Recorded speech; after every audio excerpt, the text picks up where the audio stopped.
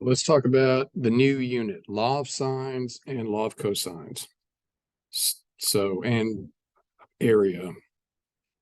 So what we have here is the law of sines, which is pretty straightforward.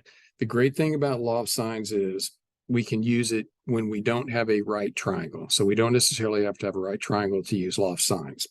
So what I want to do is just make this one video where we show why the law of sines is true. Then we'll do some problems with the law of sines. So the first thing I want to do is just derive the law of sines. So if we had a situation like this, you've just got some triangle, doesn't matter if it's a right triangle or not, and you've got angle A and angle B. So that would make that side A, side B.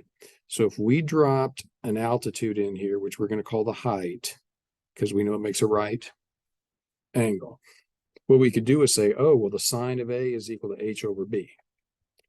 So the sine of A is equal to H over B.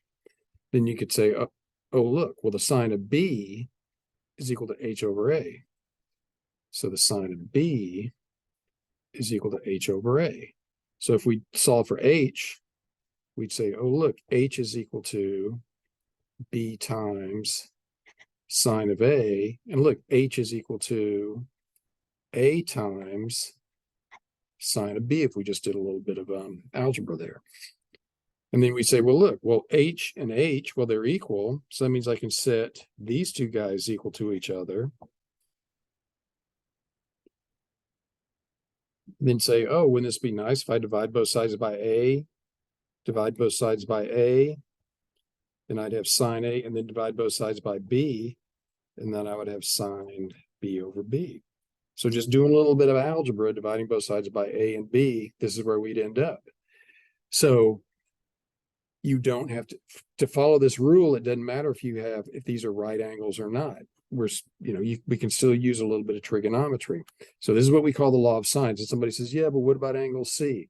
We could change the letters. We could do all sorts of rearranging to prove that it works for all three angles. We could do this for all three angles, but we would end up with the same thing, that sine A over A, sine B over B, sine C over C, and it works if you flip it over. So anyway, that's just the derivation of the law of sines.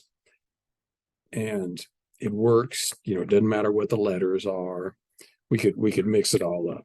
So we're never going to ask you what the derivation is, but if you want to impress your friends, might come in handy.